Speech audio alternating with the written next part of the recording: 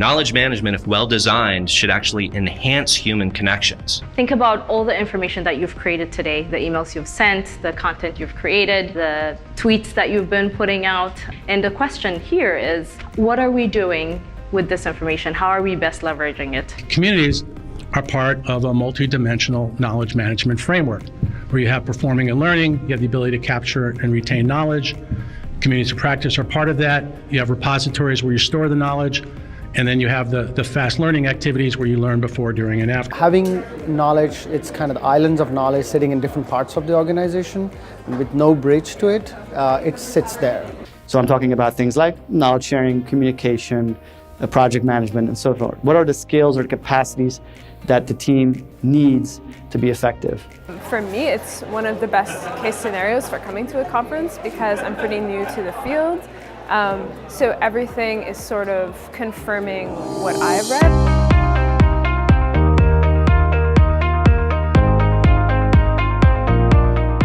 What I love are capabilities where somebody can find a piece of information, discover another potential answer that goes deeper, and then connect to the person or the people that are the cohort, that are the community of practice around those topics.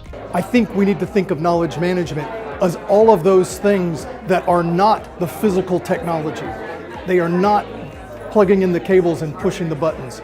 They are all of the functional roles, the help desk, the database administrator, the data visualization, the content manager. There was one person left, one person that kind of started and sort of knew the ins and outs of that system. Again, there's no documentation. He was about to retire.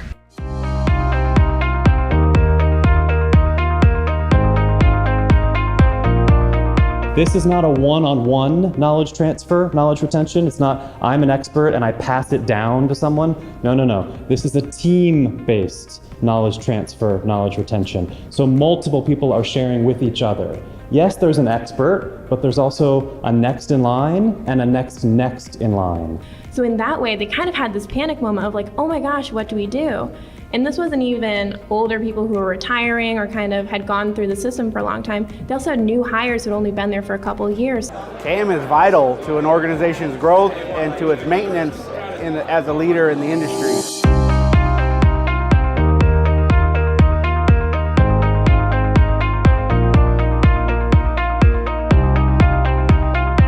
You need to understand the business and operational environment of that organization. What's their mission? Why do they exist? What are they doing?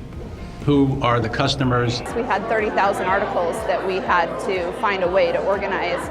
That's a lot, but some companies, if they kept going, right, you could only imagine the number of things that they would have to be organizing. And so it gets more expensive the longer you wait.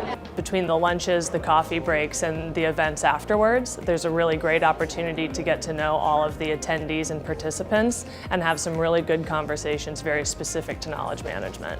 The practical experience that you're going to get out of this, just from absorbing it, and as Zach said in his opening, it's not just the sessions, it's the conversations you're having.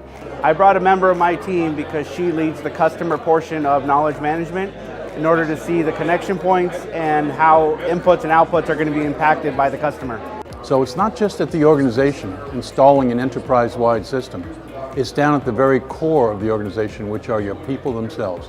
And if they can be high-performing, highly motivated people, your organization will prosper and sustain itself well into the knowledge age.